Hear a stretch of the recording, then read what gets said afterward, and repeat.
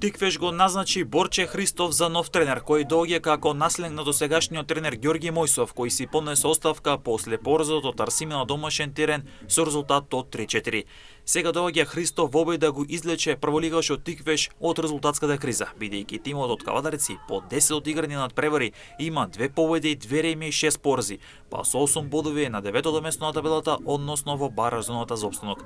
Дебютот на Христов ќе биде веќе утре против Пелестер во Битола, а тоа ќе значи дерби на две екипи кои ќе се борат за излез од резултатската криза. Ако гледаме од последните 5 меча, тогаш дефинитивно резултатската криза на Пелестер е поголема, бидејќи битолчани има 4 порази и 1 реми од последните 5 меча, а пак Тиквеш има 2 победи и 3 порази.